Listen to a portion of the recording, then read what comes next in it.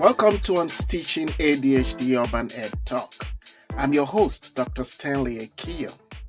Joining us today is Miss Elizabeth Cooper, a seasoned educator with one of the largest urban schools in New York State. She's a lead teaching assistant with valuable experience supporting students with diverse needs, including students with ADHD. Welcome, Miss Cooper. Thank you so much. Thanks for having me. Can you please share a little bit about your journey, as an educator and what drew you or what must have prompted you to work closely with students with diverse need, especially ADHD? Yes, so I started in a preschool program, and within that program, they required parents to they only hired parents as the Mhm, support staff, and then they mhm, had us come in weekly for parent meetings. So they would talk to us about different developmental things that we would notice in our kids. We were able to gain community in that. And I will tell you, 24 years later, I'm actually still friends with a lot of the parents I met there. And a mhm. lot of them are still part of our district as That's awesome. employees. So it was really, really a nice foundation. After that, I moved into an eighth grade, 812, and that was a pilot program. We now call it like restorative practices. The Mhm, classroom was set up in a way where we had to do certain schedules and routines had to be in place. All of the students there were diagnosed with ADHD and something else. So we had 12 students with a variety of different learning styles. And I think that's the place where I found myself the most comfortable. I Oh, I just I fell in love with how creative the kids were, how smart they were and capable of like doing so many things. mhm, And I realized that they were put in a box because they had a mhm, disability. Like, oh, mhm, they can't be controlled. We're going to put mhm, them here and see what you can do. mhm, And I just instantly saw them. I kind of related to them a little bit because I can do a lot of things at one time. mhm, And I felt like somebody needs to like, you know, show them and teach them what their skills can do for them. So mhm, that was like my niche. That's where I was like, okay, this is where I need to stay. I decided to go into the in school, well, it was in school suspension at our mhm, school, and I renamed it. I renamed it in school support because I thought mhm, that's really where what I wanted to do. And oftentimes I saw the kids that were diagnosed with ADHD sent to my room. So I was able to like create a space for them that was safe and that they can figure out and learn how they would be able to get some tools to use when they went back to their classroom or mhm. other places. So over the last 24 years, now I'm currently the lead TA, and I hopefully am giving other support staff and teachers, everyone I meet, actually, some of the tools that I've learned throughout the year. So that's a Yeah. little bit about me. So thank you for all you do. Now let's go to challenges.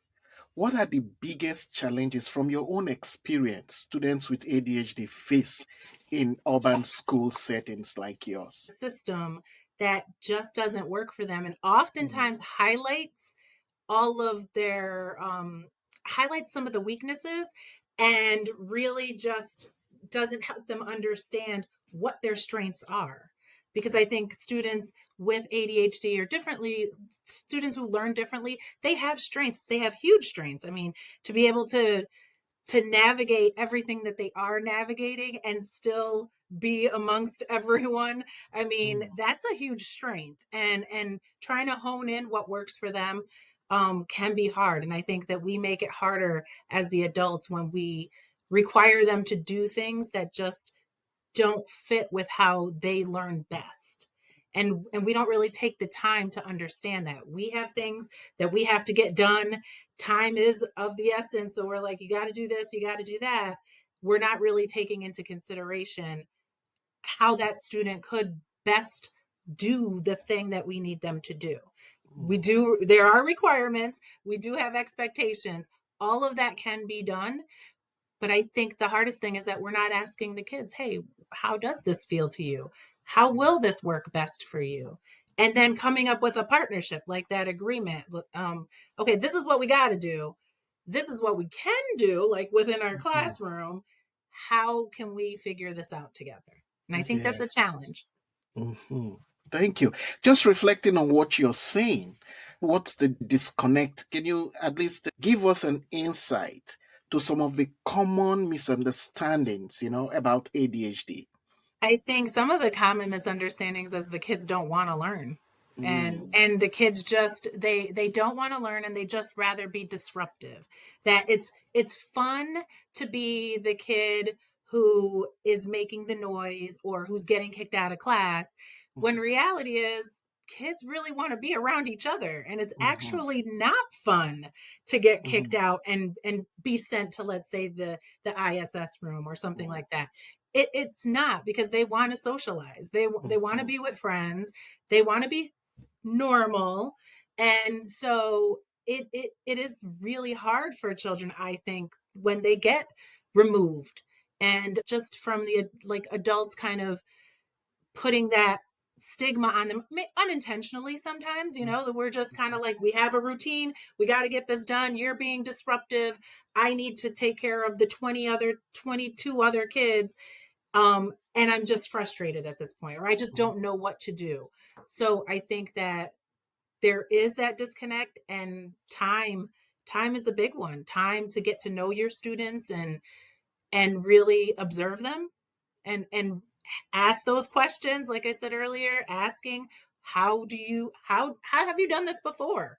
What has worked? I mean, you've done something at home, something has happened, right, in your lifetime. mhm, Let's grab from the stuff you already know, whether it's related to what we're talking about now or not. But what mhm, do you know? What are you coming with? Tell me how mhm, you do this at home. Tell me how you learn that at home. And then it's our job as the adults, I think, to try to make those connections and teach them the stuff we need to teach them, using the stuff they already know and that they're mhm. proficient in. Yeah. Ooh, interesting. So, can you share with our listeners some practical day-to-day strategies that you use to help students with ADHD to engage in class activities? Well, I'll start with the simplest ones, which would be, just the hurdle help, just like going to a student and saying, okay, if we're doing a writing or a math assignment, you say it, then I'll do it. And Mhm, you write with them, and you write what they're saying, and you start to build a trust with students. They start feeling like they're on task. You're just going to write down what they're saying, but you're get them into that mode, and then eventually, okay, now your turn. You know what I'm saying? A hurdle help. You do something, then I'll do something, then you do mhm, something, I'll do something. It gets them focused on what they're doing, and it also helps them feel successful and like they're part of the learning. And that's just the simple stuff that actually anyone can do. Then I've also done, I have my space was just, I had different seating depending mhm, on who wanted to sit where. Some kids were able to handle sitting by in groups, doing their work and sitting next to a friend. Some are mhm, not.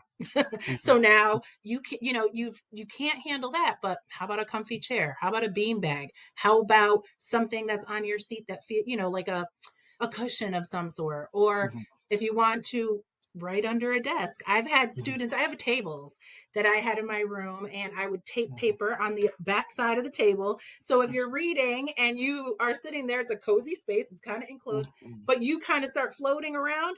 Well, write a note up there on the paper while you're floating, mhm, and maybe I'll stick a little post-it up there to say, okay, get back to reading. So they're writing, they see the post-it, they go back to reading.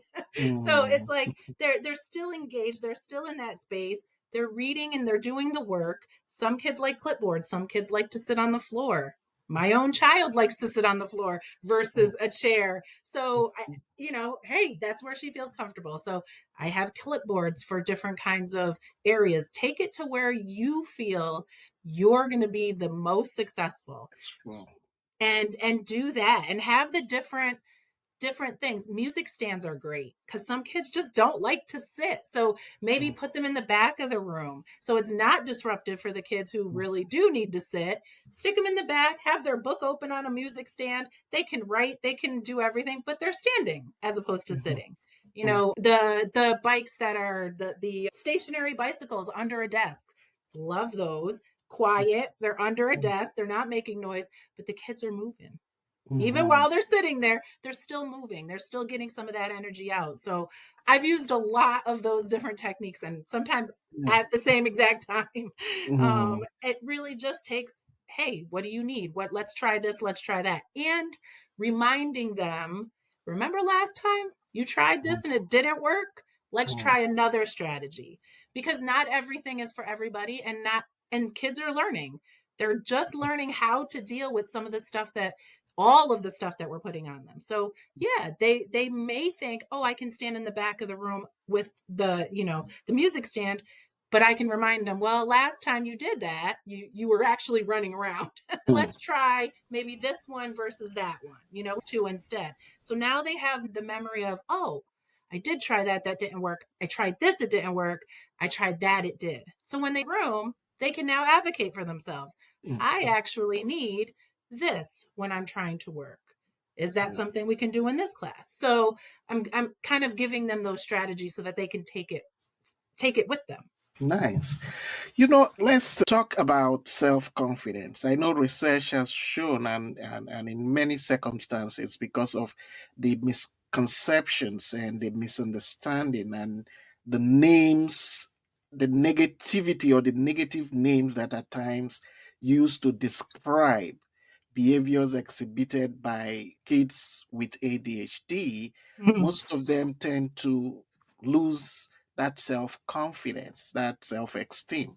How are you able, you know, to help your students build confidence and, feel included, in that kind of setting, that kind of busy classroom setting with so many students? I think the most important part is just normalizing all of it.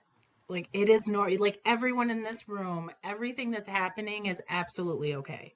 Everyone in here is absolutely normal. Like that is the standard. Like Mhm. everyone getting all the stuff they need is should be the standard in your room. And really sharing the fact that even adults have ADHD and even adults sometimes don't get it all right, and Mhm. sharing specific stories to just humanize the experience. I often share my very best friend who has ADHD. She's an adult and she's probably the smartest person I've ever met in my life. And I share some of the amazing things that she's done with my students. I've Mhm. worked with teachers who share with students actually in that 8th grade class, which was so it just stuck with me. The teacher I was working with shared with our class, hey kids, I actually have ADHD. This is something that I struggled with when I was a kid, and here's some of the things that help me. Doesn't mean it'll help you, but I want you to know I get it. And we're here to help to figure out what will help you. So really humanizing and normalizing all the things, because not there is no perfect person. There is no perfect situation. We're all just trying to figure it out, whether you have ADHD or not. We really are just all trying to figure it I out. know. So just normalizing that there isn't any difference. You just happen to learn a different way. That's all. Mhm. Mhm. And encouraging them to talk and encouraging them to really reach out to us and say, hey, this person hurt my feelings or this situation hurt, and really giving them that safe place to say, okay, we need to have this conversation. It needs to be figured out, because it's not okay to have people treating you that way. And we don't know if it was intentional or unintentional, but we need to have conversations and open up those doors so that we can again normalize it. Mhm. Mhm. So let's talk about parents. What will be your advice or suggestion, or one way parents and schools can collaborate or work together to support students with ADHD based on your experience? If you were to talk to a parent listening right now, what one way would you suggest? Well, the first thing I would do, and I would suggest to all educators, is parents are the first teachers. They are the first teachers of the babies that we have. So really understanding that they love their kids genuinely, overwhelmingly, parents send their kids to school to learn and to get the most out of it. So we need to come into the situation understanding that. That's our foundation. And knowing that sometimes it's really hard to kind of, as a parent, to come up against, oh, there's something different about my kid. That could feel really, really difficult. So giving space for them to process that and to let them know it's going to be okay, right? And just kind of like making sure we hold the whole family, together. And then asking, like, what has worked at home? What has worked for you? And trying to somehow develop a routine that could fit. And it's really hard to fit a routine at home and at school, but even the small things, whether it's, using a timer to make sure that things get done. If I use a timer at home, I could use a timer at school. Both of those things can work. So, doing small things that can work for home and school so that at least it's a few less things the kids have to readjust to. So if I can do this activity at home and it works really well when I'm doing homework, then maybe it'll work when I'm in the classroom. And both educator and parent coming together saying, okay, this is what we do. This is what we need to do. Where can we marry the two to make it less stressful for the kids? Because coming from one situation to a completely different with all kinds of different expectations and 15 things going on in your head is hard. So Yes. just kind of like lessening as much as we can for the students. Good. Now I'll take us to something I always emphasize in these discussions: stories. Because most times stories bring to life, the abstractness of our discussions, right?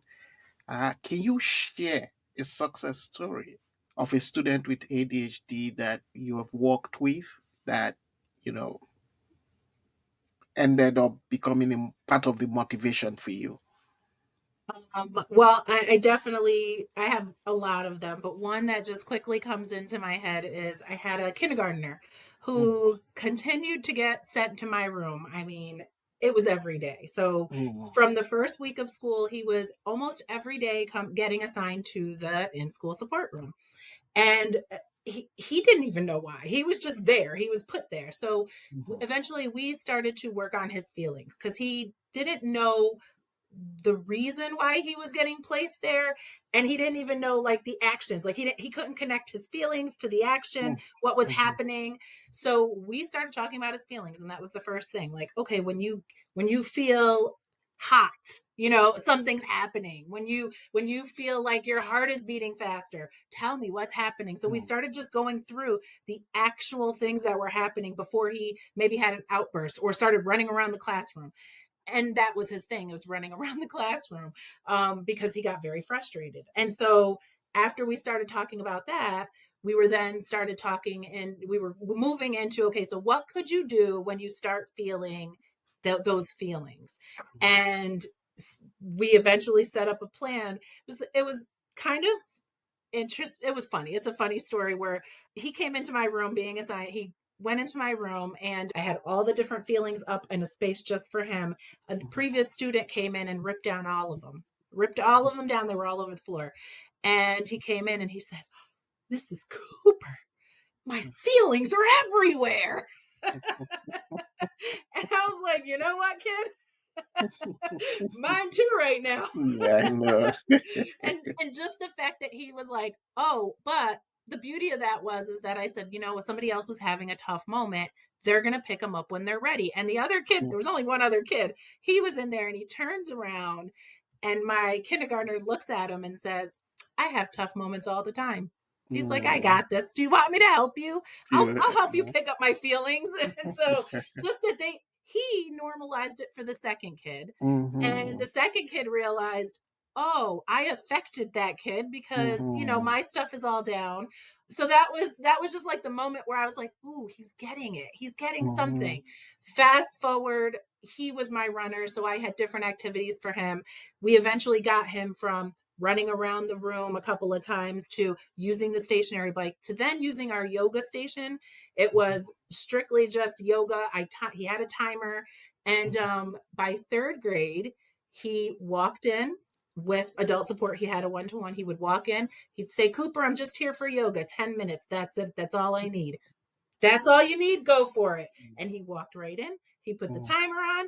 He did his yoga moves, and he said goodbye. And I was just like, yeah, he's got this. This is something Mhm. he can do. He can ask for, because he's asking in his class, I need a break Mhm. and I need to Mhm. go get that, whatever that Mhm. was. And then he came Mhm. back and he was settled and he was able to continue. So Mhm.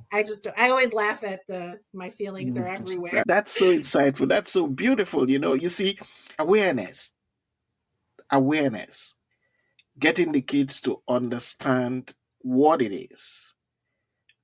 I agree with you, is and how it affects them before we begin to talk about how that affects others, right? It's so important because, look, with your story, this is a young kid that really cannot explain what that child was feeling initially before he met you. I agree with you 100%. It's important to start from getting them to understand what it is. And so for even parents and understanding what these kids are going through, and even for most of our professionals, right? Um, to understand that it's not just a kid wanting to exhibit, like you said rightly, exhibit inappropriate behaviors. It's just the characteristics of it. And they cannot, I always say it's like telling somebody not to sneeze when the person has a cold, right? If you don't address the underlying challenges, you cannot do anything. So, trying to wrap up now, I would ask one final question. Okay. What will be one key advice you would want other teaching assistants working with students diagnosed with ADHD to be aware of? Because most times those that are in the forefront with these kids are not given the tools to make things happen, right? So, what would be your one piece of something that worked for you that you will say, hey, and that you're doing right now, that you're sharing with teaching assistants that you're leading on how to manage kids struggling with attention deficit hyperactivity disorder? The one piece of advice is to learn as much as you can about about ADHD, about ADD. Take that time to learn, because it's not personal to us. It's not that children don't want to learn. It's not that they're not trying really, really hard every moment. They want to succeed. They want to be successful. They want to be like everyone else. So it's not a personal thing. Learn as much as you possibly can on the subject. Outside of school, outside of your work time, if you have to take that, if you are working with a student who has whatever it is, learn about it and advocate for in your districts to get the information, to get the training. If you are right there next to the students and you realize that you don't have the training or you don't have the information needed, advocate for yourself so that you can at best support the kids that we're entrusted to be with. Thank you so much, Miss Cooper, for your insights. We truly, truly appreciate it. And we hope we will be able to reach out to you. Absolutely, Uh, thank you. you're welcome. You're welcome. So, for our listeners, until next time, thank you for tuning in. And let's keep unraveling the complexities of ADHD. For the time being, let's keep the conversation going. Let's educate those around us so that they know, so that they can help our kids achieve their greatest potentials. Thank you very much.